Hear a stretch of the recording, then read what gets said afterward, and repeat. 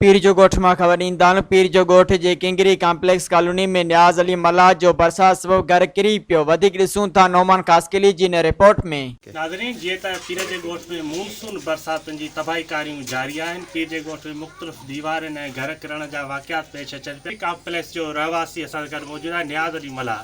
संदसि जो जेको झुॻो आहे उहो किरी पियो आहे। संदसि सां ॻाल्हि ॿोल कंदासीं त हुनजो छा चवणु आहे। जीअं त तव्हां असांखे ॾिसो था त जेको आहे सॼो घर बर किरी पियो आहे। हाणे ॿाहिरि वेठा आहियूं, कुझु आहे बि कोन, जेको खाइण लाइ बि कुझु कोन्हे को।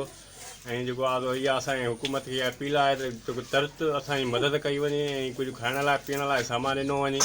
महिरबानी करे वॾे वज़ीर खे ऐं जेको आहे सिंध हुकूमत खे इहा अपील आहे त असांखे महिरबानी करे कुझु पुॼाए वञे, जेको आहे बचनि खे असां सहारो ॾेई वञूं थोरो। जी बिल्कुलु, न्याज़ मल्लाह जी तव्हां ॻाल्हि ॿोल ॿुधी। संदसि बरसातुनि सबबु फाका कशी वारी ज़िंदगी गुज़ारे रहियो आहे। वॾे वज़ीर ऐं CM सिंध DC साहब खां अपील कई आहे त मुंहिंजी फौरी तौर मदद कई वञे, जीअं हिन बरसातुनि दौरान पंहिंजी फैमिली खे ऐं पंहिंजनि बचनि खे सहारो ॾेई सघां। कैमरामैन टीम सां गॾु नोमान कास्किली, अवामी न्यूज़, पीर जो। मज़ीद ख़बरनि ऐं तफ़सीलात लाइ विज़िट कयो असांजी वेबसाइट www.awamiNewsHD.com ऐं ॾिसंदा रहो अवामी न्यूज़ HD।